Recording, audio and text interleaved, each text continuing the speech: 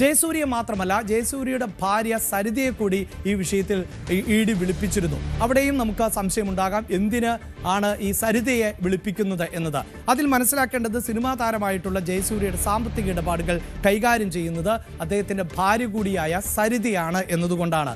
അപ്പോൾ ജയസൂര്യ നടത്തിയിട്ടുള്ള സാമ്പത്തിക ഇടപാടുകളെക്കുറിച്ച് കൂടുതൽ വ്യക്തത വരുത്തുക, ഒപ്പം സരിതയുടെയും ജയസൂര്യയുടെയും മൊഴികളിൽ ഏതെങ്കിലും തരത്തിലുള്ള വൈരുദ്ധ്യങ്ങൾ ഉണ്ടോ എന്ന് പരിശോധിക്കുക.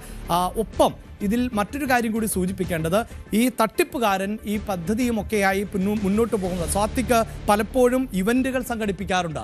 ആ ഇവൻറ്റുകളിലൊക്കെ കൂടുതൽ സിനിമാ താരങ്ങൾ പങ്കെടുത്തിട്ടുണ്ട്. ഈ സിനിമാ താരങ്ങളൊക്കെ നമുക്ക് പ്രിയപ്പെട്ടവരാണെങ്കിലും അവർ കൃത്യമായി ടാക്സ് അടയ്ക്കാറില്ല, അങ്ങനെ ചില വെട്ടിപ്പൊക്കെ നടത്താറുണ്ട് എന്നതൊക്കെ പലപ്പോഴും വാർത്തകളിൽ നിറഞ്ഞ് കാര്യം കൂടിയാണ് എന്നത് നമുക്കറിയാം. നമ്മളൊക്കെ ആരാധിക്കുന്ന താരങ്ങളാണ് എങ്കിൽ പോലും. അപ്പോൾ അതുകൊണ്ട് കൂടുതൽ താരങ്ങൾ ഇത്തരത്തിലൊക്കെ നികുതി വെട്ടിപ്പിക്കുന്നതിനോ അല്ലെങ്കിൽ കള്ളപ്പണം വെളുപ്പിക്കുന്നതിനോ ഒക്കെ ഈ സംവിധാനത്തിൻ്റെ ഭാഗമായി പ്രവർത്തിച്ചിട്ടുണ്ടോ എന്ന സംശയം കൂടിയാണ് ഇഡിക്ക് മുന്നിൽ ഉള്ളത്. അതുകൊണ്ട് ഒരു പക്ഷേ കൂടുതൽ താരങ്ങളെ അടക്കം ചോദ്യം ചെയ്തേക്കാം എന്ന സൂചനകൾ കൂടി പുറത്തു വരികയാണ്. ഇതാണ് ഈ തട്ടിപ്പിൻ്റെ ഒരു രൂപം. ഇനി നമുക്കറിയേണ്ടത് ഇഡിയുടെ നീക്കം എന്ത് എന്നാണ്. അത് കൊച്ചിയിൽ നിന്ന് ഡാനി ഇപ്പോൾ അതിൻ്റെ വിശദാംശങ്ങൾ നൽകും. ഡാനി, ഞാൻ നേരത്തെ തന്നെ സൂചിപ്പിച്ചു കഴിഞ്ഞു, ഈ തട്ടിപ്പിൻ്റെ ഭാഗമായ ആളുകൾ നൂറുകണക്കിനാണ്, അവർക്ക് കോടിക്കണക്കിന് രൂപയാണ് നഷ്ടമായിട്ടുള്ളത്. അതിനപ്പുറത്തേക്ക് ഈ തട്ടിപ്പ് വ്യാപിച്ചിട്ടില്ല, അല്ലെങ്കിൽ പൊതുസമൂഹത്തിന് അത്ര ബോധ്യപ്പെടുന്ന ഒന്നല്ല എന്നാണ് മനസ്സിലാക്കേണ്ടത്. പക്ഷെ പണം പോയവരിൽ സാധാരണക്കാരായ ആളുകളൊക്കെ ഉണ്ട്. ഈ ലോൺ എടുത്തു പോലും ലാപ്ടോപ്പൊക്കെ വാങ്ങാൻ തയ്യാറായിരുന്നവർ പോലും ഈ ആപ്പ് ഡൗൺലോഡ് ചെയ്ത് പണം നഷ്ടപ്പെട്ടു എന്നൊക്കെയാണ് മനസ്സിലാക്കാൻ സാധിക്കുന്നത്. ഈ തട്ടിപ്പിനൊരു വ്യാപ്തി എത്രത്തോളം എന്നാണ് ഇഡിക്കിപ്പോൾ ബോധ്യപ്പെടുന്നത്. കള്ളപ്പണം വെളുപ്പിക്കൽ പോലെയുള്ള നടപടികളിൽ ഏതെങ്കിലും തരത്തിലുള്ള സൂചന ഇഡിക്കിപ്പോൾ ലഭിച്ചിട്ടുണ്ടോ ഡാനി?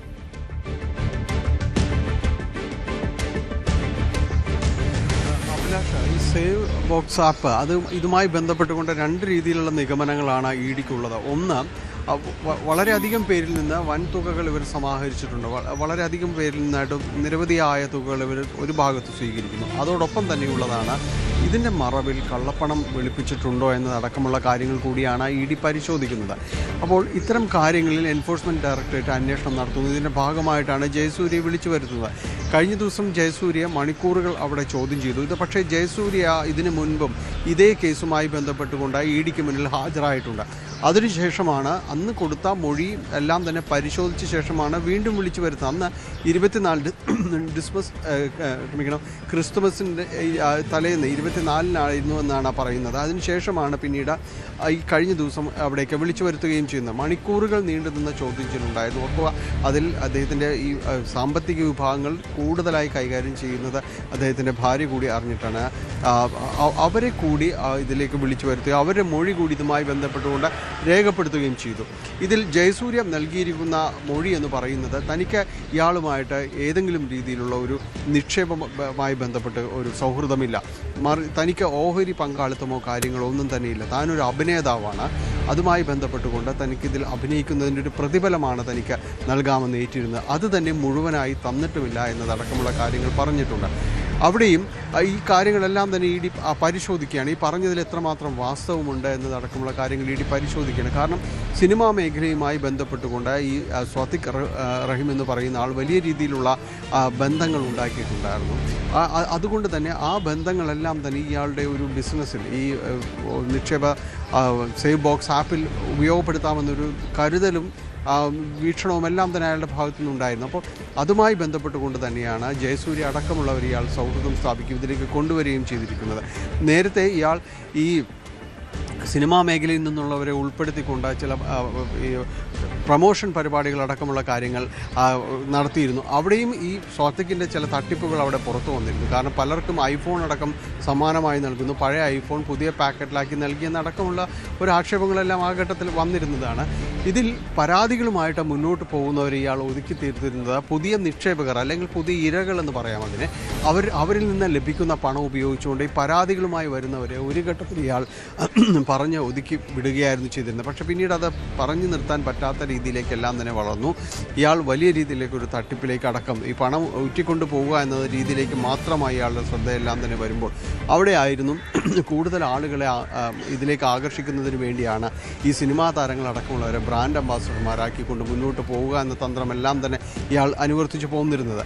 ജയസൂര്യ ഈ കാര്യത്തിൽ എങ്ങനെയാണ് ഇയാളുമായി സഹകരിച്ചിരുന്നത് എന്നതാണ് ED ഇപ്പോഴും സംശയത്തോടു കൂടി തന്നെ നോക്കുന്നത്. കാരണം ഇതിൽ മുഴുവൻ പണവും അടക്കം നൽകിയിട്ടില്ല എന്ന് പറയുമ്പോൾ മറ്റേതെങ്കിലും രീതിയിൽ ഇയാൾക്ക് ഈ പണം കൈമാറിയിട്ടുണ്ടോ എന്നതടക്കമുള്ള കാര്യങ്ങൾ കൂടി പരിശോധിക്കേണ്ടതുണ്ട്.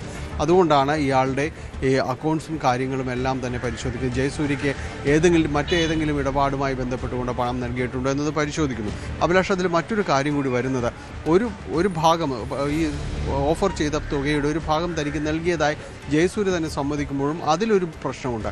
കാരണം ഈ ക്രമക്കേട് നടത്തി നേടിയ പണത്തിൻ്റെ ഒരു ഭാഗമാണ് കൈകാര്യം ചെയ്യുന്നതെങ്കിൽ അത് സ്വീകരിക്കുന്നവർ തന്നെയും അതിൻ്റെ ഒരു ഭാഗഭാക്കാവുകയാണ് ചെയ്യുന്നത്. അപ്പോൾ അതുകൂടി ഇതിൽ കണക്കിലെടുക്കേണ്ടതുണ്ട്. കാരണം അത്തരം പണം ജയസൂര്യ സ്വീകരിച്ചിട്ടുണ്ടോ ഇല്ലയോ എന്നതാണ് വരുന്നത്. ഏത് രീതിയിലുള്ള ഏത് സ്വഭാവത്തിലുള്ള ഒരു പണമാണ് ജയസൂര്യ സ്വീകരിച്ചിട്ടുള്ളത് എന്നതുകൂടി കണക്കിലെടുക്കേണ്ടി വരും. അവിടെയാണ് ഈ അക്കൗണ്ട്സ് അടക്കമുള്ള കാര്യങ്ങൾ പരിശോധിക്കുകയും വിശദാംശങ്ങളിലേക്ക് പോവുകയും ചെയ്യുന്നത്. അങ്ങനെ അനധികൃതമായ പണം ഏതെങ്കിലും രീതിയിൽ ഇതിൻ്റെ ഒരു പ്രതിഫലം എന്ന രീതിയിൽ കൈപ്പറ്റിയിട്ടുണ്ടെങ്കിൽ അതും കുറ്റകൃത്യങ്ങളുടെ ഭാഗം തന്നെയാണ്. ആ പണം വീണ്ടെടുക്കുന്നതിന് നടപടികളിലേക്ക് പോകാം, EDക്ക് നടപടികളിലേക്ക് പോകാം, സ്വത്ത് കണ്ടുകിട്ടുന്നത് അടക്കമുള്ള കാര്യങ്ങൾ, അതിന് തത്തുല്യമായ അമൂല്യം കണ്ടുകിട്ടുന്ന അടക്കമുള്ള കാര്യങ്ങളിലേക്ക് പോകാം. അത് നിയമ നടപടികൾ തന്നെയാണ്, അതൊരു ഊഹാപോഹമല്ല. അത് കൃത്യമായിട്ട് തന്നെ പോകുന്നത്. അപ്പോൾ ഈ പണം സ്വീകരിച്ചിട്ടുണ്ടെങ്കിൽ, ഇങ്ങനെ തട്ടിപ്പിലൂടെ ആർജിച്ചൊരു പണം സ്വീകരിച്ചിട്ടുണ്ടെങ്കിൽ അതും ഗുരുതരമായ പ്രശ്നങ്ങളിലേക്ക് പോകും. അപ്പോൾ ഈ കേസുമായി ബന്ധപ്പെട്ടുകൊണ്ട് കൂടുതൽ ചോദ്യം ചെയ്യൽ അടക്കമുള്ള കാര്യങ്ങൾ ഉണ്ടാകുമെന്ന കാര്യത്തിലൊരു സംശയവും വേണ്ട. ജയസൂര്യയുടെ മൊഴി അടക്കമുള്ള കാര്യങ്ങൾ പരിശോധിക്കുകയാണ്. ഇവർ നൽകിയിട്ടുള്ളത് ഈ സാമ്പത്തിക കാര്യങ്ങളുമായി ബന്ധപ്പെട്ടുകൊണ്ട് ഇവർ നൽകിയിട്ടുള്ള വിശദീകരണം എന്താണ് എന്നത് കൃത്യമായ രീതിയിലുള്ളൊരു വിശകലനത്തിന് ശേഷം ED അടുത്ത നടപടികളിലേക്ക് നീങ്ങും. ഏതായാലും ഈ സേവ് ബോക്സ് സൂചിപ്പിക്കുന്ന പോലെ തന്നെ ഇതിലെ തട്ടിപ്പുകാരൻ മറ്റു പലതരത്തിലുള്ള തട്ടിപ്പുകളും നേരത്തെയും നടത്തിയിട്ടുണ്ട് എന്ന സൂചനകളൊക്കെ വരുന്നുണ്ട്. പ്രത്യേകിച്ച് യുവാക്കളെ അടക്കം ലക്ഷ്യം വെച്ചുകൊണ്ടുള്ള തട്ടിപ്പുകൾ ആയിരുന്നു അതിന് പിന്നിൽ എന്നാണ് മനസ്സിലാക്കാൻ സാധിക്കുന്നത്. ഒപ്പം ഈ സിനിമാ താരങ്ങളെയൊക്കെ അണിനിരത്തിക്കൊണ്ടുള്ള ഇവന്റുകൾ സംഘടിപ്പിക്കുക, അതിലേക്ക് കൂടുതൽ താരങ്ങളെ എത്തിക്കുക, അങ്ങനെയുള്ള ഒരു അട്രാക്ഷൻ ആയിരുന്നു ശ്രമിച്ചത് എന്നത് വ്യക്തമാണ്. അപ്പോൾ സിനിമാ മേഖലയ്ക്ക് പുറത്തുള്ളവരും ഒക്കെ ഒരു പക്ഷേ ഈ കള്ളപ്പണം വെളുപ്പിക്കലിൻ്റെ ഭാഗമായി ഇതിൽ പങ്കുചേർന്നിട്ടുണ്ടോ? സിനിമാ മേഖലയിലുള്ളവരും ഉറപ്പിക്കുകയല്ല നമ്മൾ ചെയ്യുന്നത്, എങ്കിൽ പോലും അത്തരം സാധ്യതകളൊന്നും ED തള്ളിക്കളയുന്നില്ല എന്ന് വേണമല്ലേ മനസ്സിലാക്കാൻ?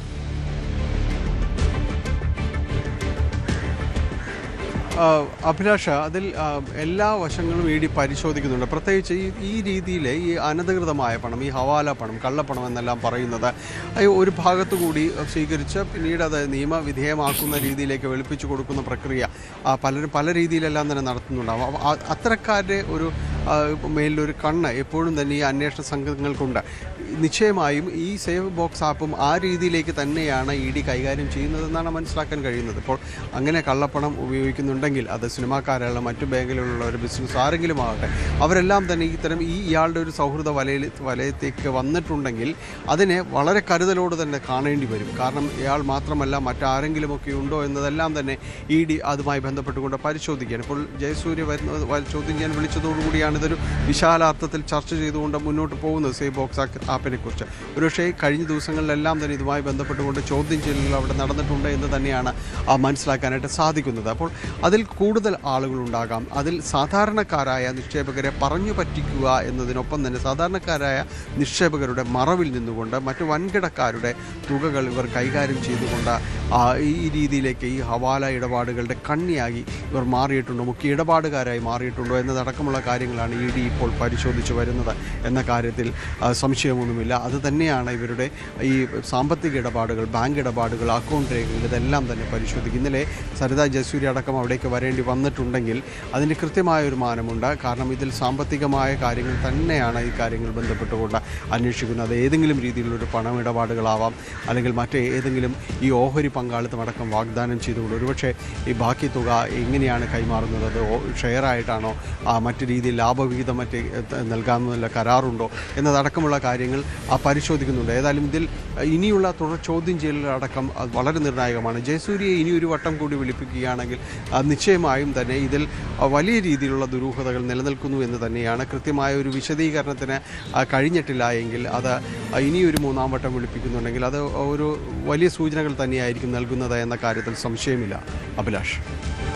യെസ്, അതാണ് ഇ ഡിയെ സംബന്ധിച്ചിടത്തോളം നിരവധിയായ സംശയങ്ങൾ ആണ് ഉള്ളത്. ഈ തട്ടിപ്പിന്റെ ഭാഗമായി നിക്ഷേപകരെ വഞ്ചിക്കുക മാത്രമാണോ ചെയ്തിട്ടുള്ളത് എന്നത് മാത്രമല്ല ഇപ്പോഴത്തെ സംശയം, മറിച്ച് ഈ തട്ടിപ്പിന്റെ ഭാഗമായി തന്നെ വ്യാപകമായി കള്ളപ്പണം വെളുപ്പിച്ചിട്ടുണ്ടോ എന്ന സംശയം കൂടി ഇ ഡിക്ക് മുന്നിൽ ഉണ്ട്. അതുമായി ബന്ധപ്പെട്ട അന്വേഷണം ആണ് ഇപ്പോൾ പുരോഗമിച്ചുകൊണ്ടിരിക്കുന്നത്. പ്രിയപ്പെട്ട പ്രേക്ഷകരെ ഓർമ്മിപ്പിക്കാനുള്ളത്, ഇത്തരം ചതിക്കുഴികളിൽ വീഴുന്നവർ പ്രത്യേകം ശ്രദ്ധിക്കുക. ഈ താരങ്ങൾ അവർ പ്രതിഫലം വാങ്ങിക്കൊണ്ടാണ് ഈ പ്രൊഡക്റ്റുകളുടെയും സേവനങ്ങളുടെയും ഒക്കെ പരസ്യങ്ങളുടെ ഭാഗമാകുന്നത്. അവർക്ക് അതിനപ്പുറത്ത് ആ പ്രൊഡക്റ്റിനെ കുറിച്ചോ സേവനങ്ങളെക്കുറിച്ചോ ഒന്നും കൂടുതലായ അറിവ് ഉണ്ടാകണമെന്നില്ല. അതുകൊണ്ട് പ്രിയപ്പെട്ട താരങ്ങൾ വന്ന് ഇത്തരം ആകർഷകമായ പരസ്യങ്ങൾ നൽകുമ്പോൾ അതിൽ വീണു പോകാതിരിക്കാൻ എല്ലാവരും ശ്രദ്ധിക്കുക. സ്വാഭാവികമായും ഞങ്ങൾ മാധ്യമങ്ങളും ഈ വിഷയത്തിൽ വിമർശനം നേരിടുന്നവർ ആണ്. കാരണം ഞങ്ങളിലൂടെയാണ് പലപ്പോഴും ഈ പരസ്യങ്ങൾ നിങ്ങളുടെ വീടുകളിലേക്ക് എത്തുന്നത് എന്നത് ഞങ്ങൾക്കും ബോധ്യമുള്ളതാണ്. ഞങ്ങൾക്കും ഇത്തരത്തിൽ ഈ സേവനങ്ങളും ഉൽപ്പന്നങ്ങളും ഒന്നും പരിശോധിക്കുന്നതിന് പ്രത്യേകമായ സംവിധാനങ്ങൾ ഒന്നുമില്ല. അവിടെ അത്തരം സംവിധാനങ്ങൾ, സർക്കാർ സംവിധാനങ്ങളും മറ്റ് നിയമ സംവിധാനങ്ങളും ഉണർന്ന് പ്രവർത്തിക്കുക എന്നത് മാത്രമാണ് ബാധകമാകാൻ പോകുന്ന ഒന്ന്. ഒപ്പം തട്ടിപ്പിന് ഇരകളാക്കപ്പെട്ടാൽ അവർക്ക് ഈ പണമൊക്കെ തിരികെ ലഭിക്കുക എന്നതും അങ്ങേയറ്റം പ്രയാസകരമാണ്. കാരണം ഈ പണം തിരിച്ചു പിടിക്കുക എന്നത് വലിയ ബുദ്ധിമുട്ടുള്ള ഒന്നാണ്. അതിനപ്പുറത്ത് ഒരുപക്ഷെ തട്ടിപ്പുകാർ ശിക്ഷാ നടപടികൾ, ജയിൽ ശിക്ഷ പോലെയുള്ള നടപടികൾ ഒക്കെ അനുഭവിക്കേണ്ടതായി വന്നേക്കാം. അപ്പോഴും നിക്ഷേപിച്ച പണം പലപ്പോഴും തിരികെ ലഭിക്കില്ല. അതുകൊണ്ട്